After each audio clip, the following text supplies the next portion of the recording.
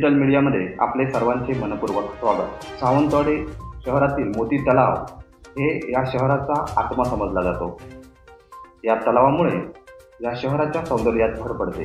मात्र काही दिवस शिव उद्यान समोरील तलावातील काही भागात पाण्यावर हिरवा तवंग व मोठ्या प्रमाणात कचरा, प्लास्टिकच्या बाटल्या, मद्याच्या बाटल्या आढळून आल्या आहेत। गेल्या वर्षी अशीच काहीशी बाब पाण्यावर हिरवा तवंग आल्याने पाण्यातील मासे मृत झाले होते आणि या परिसरातील भागात दुर्गंध पसरली होती। अशीच काहीशी वेळ पुन्हा येऊ शकते असे मत काही जाणकार मंडळींनी मांडले आहे।